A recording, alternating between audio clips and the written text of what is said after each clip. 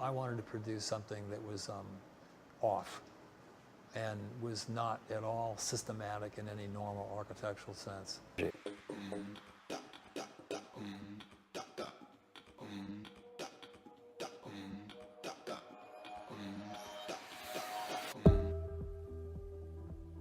My name is Thom Mayne. I was born in Waterbury, Connecticut in 1944. I came to Los Angeles in 1953 when there were still palm trees and dates, and I'll never forget. It was literally a nirvana experience. I slowly got involved in architecture. I went to school in '63. I've been working for over 45 years. Oh my God, I became an architect. I don't think I had any choice. It's not what I do, it's what I am. A slow love affair.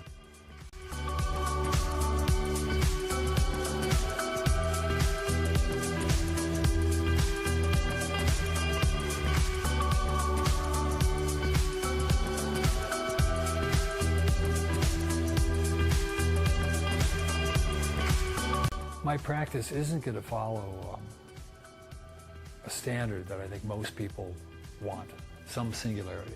It's about aesthetics. It's about ecology and energy. It's about a response to urban political forces. I'm interested in producing what would be considered art pieces, but abstractions of architecture, which is part of my research. I'm highly involved in everything urban, and I have an urban institute that does that, and my academic work is urbanistic. I think what would differentiate us is we have a very broad output of production that spans territories, from micro to macro.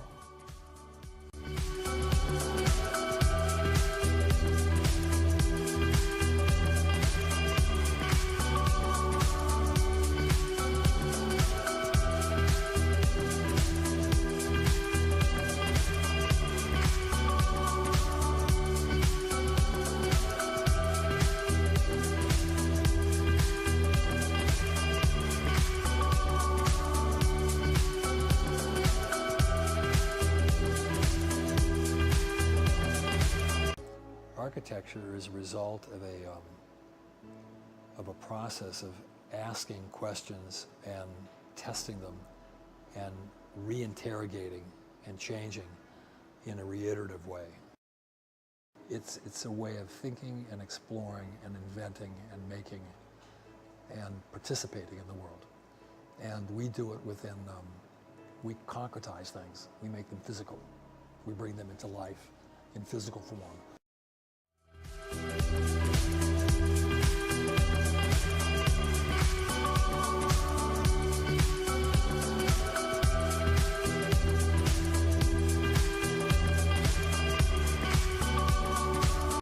I have a preference for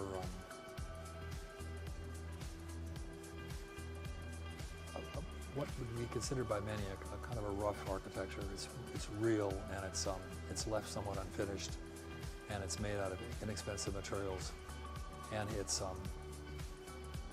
qualities come from the complexity of the language, the relationships of how things are made, and the numbers of things it does, made out of a fairly simple material. And I'm interested in proletariat, straight concrete, metals, everything you've seen is done, and they're actually quite inexpensive buildings. We would have really suffered if we would have had twice the budget and built an absolutely state-of-the-art, pristine, super taut architectural thing, in that it would have completely not fit the community. And the roughness, regardless of the architecture, they understood it. It's just about working class. Make sense? And it's really interesting. And it was one of the most rewarding parts of the project for me. It was really startling to me, actually. It never occurred to me that they would come around.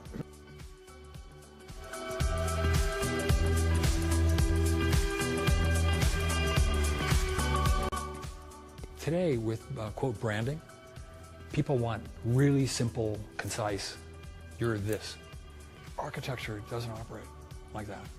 It's a really complex, nuanced, multi-level subject, right? And I'm interested in that complexity, and I see that complexity is really symbolic, or it's it differentiates architecture as an art form from huge numbers of the arts.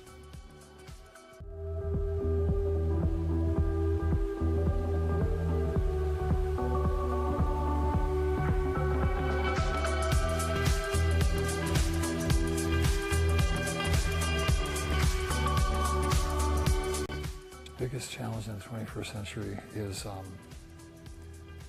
our work contributing to city making and the challenges of the urban challenges that have to do with really unknown problems of integrating social, ecological, political, cultural forces that produce entities like the metropolis of Los Angeles and its 17.5 million people.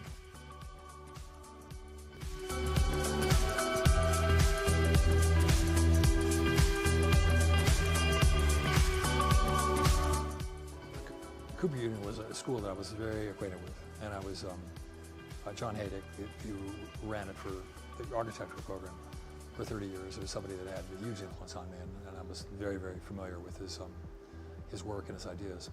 When I got the commission, it's loaded from different directions. It's an institute that's unique in its connection to engineering, architecture, and art, and it's about the relationship of those three disciplines. It's very personal. It's a small place, whether it's based on just about a Socratic method of thinking and talking between people.